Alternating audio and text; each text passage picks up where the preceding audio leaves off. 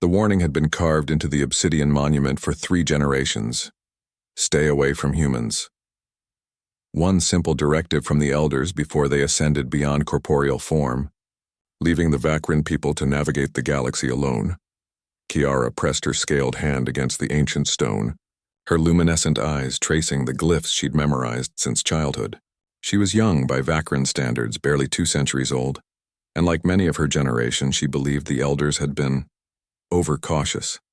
Still reading bedtime stories? Her clutchmate Zyvan approached, his crest flaring with amusement. "It's not a story, it's history," Kiara replied, though her tone lacked conviction. "History written by paranoid ancients who probably never even met a human." Zyvan's tail swished dismissively. "The galaxy has changed. Humans are traders now, explorers. They've been peaceful for decades."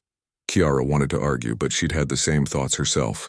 The Elder's warning felt like a relic from a darker time, before the Galactic Concordat, before the peace accords. Surely, in an age of universal translators and trade agreements, such primitive fears were obsolete. That's what she told herself when she accepted the assignment to Station Tarvos 9, a joint research facility where multiple species work together on quantum displacement technology. That's what she repeated when she first saw the human section of the station. His name was William Chen, and he was nothing like the monsters from the old tales. He was soft-skinned and short-lived, his body fragile compared to her armored hide. He smiled easily. Too easily, the cautious part of her brain warned, and his eyes held a curious warmth that made her instinctively lower her guard. "Dr. Kiara, right?" William extended his hand in the human greeting gesture. "I've read your paper on quantum entanglement matrices. Brilliant work." She hesitantly touched his palm with her clawed fingers, careful not to pierce his delicate skin. His hand was warm, almost hot compared to her cold-blooded physiology. "Thank you, Dr. Chen. I look forward to our collaboration." Over the following months, that collaboration deepened into something Kiara had never expected. Friendship. William was brilliant, yes, but also genuinely kind. He brought her temperature-regulated beverages when she worked late. He learned to read her crest positions to understand her moods. He told jokes that made no sense but somehow still made her laugh. "See," Zyvan said during one of their quantum calls, "humans aren't so bad. The elders were just paranoid," Kiara finished, though the word felt heavier on her tongue than before.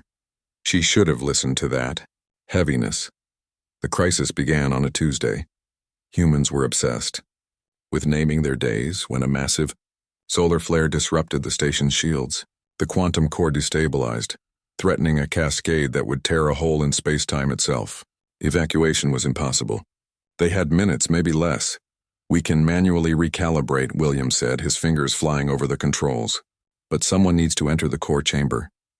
"The radiation will be lethal," Kiara's supervisor, a Thandorian elder, stated flatly. "Even in a suit, no one survives more than 30 seconds. Vakrin can handle higher radiation," Kiara said, her mind already calculating. "I can last maybe 45 seconds. Enough to—" "I'll go," William interrupted. Everyone turned to stare at the human. "Don't be absurd." Kiara's crest flattened in distress. "You'd die in seconds. Your species is radiation sensitive, your cellular structure—" "Exactly." William's smile was sad but certain. "Which is why I won't feel it as long, and why you need to stay here and guide me through the recalibration.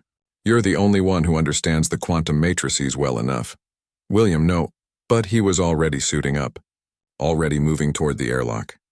Kiara's hands trembled as she pulled up the holographic interface. Through the camera feed, she watched William enter the hellish chamber where reality itself was coming apart. She guided him through the sequence, her voice steady even as her hearts hammered against her chest. "Bypass the tertiary coupling. Yes, good.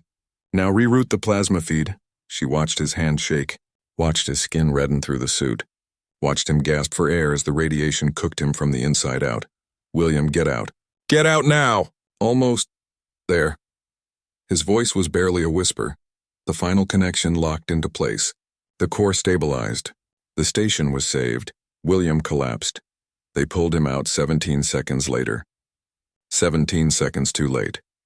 Kiara held his hand as he lay in medical bay, his body shutting down despite every technology they possessed. Human medicine, Vacrin medicine, even experimental Thandorian treatments, nothing worked. The radiation had shattered his DNA beyond repair. Why?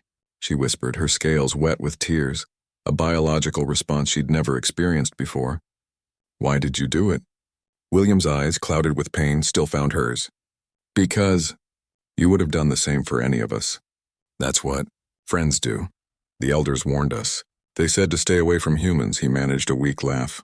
Maybe they knew we'd make you care, and caring hurts. I don't understand. We're short-lived, Kiara. Fragile. We burn bright and fast. His breathing was labored. Maybe your elders knew that humans would break your hearts, not with malice, but with our mortality. He died holding her hand, a small smile on his lips. The elders had been right, Kiara realized as she stood before the obsidian monument weeks later. But not in the way she'd thought. Humans weren't dangerous because they were violent or treacherous. They were dangerous because they made you love them. These brief, brilliant flames, and then they were gone, leaving you to burn alone for centuries with the memory. The warning should have read, "Stay away from humans, because they will teach you what it means to lose something precious." But as Kiara traced William's name, newly carved into the station's memorial wall, she couldn't bring herself to regret knowing him. Perhaps some warnings were meant to be ignored, perhaps some pain was worth the price. The end.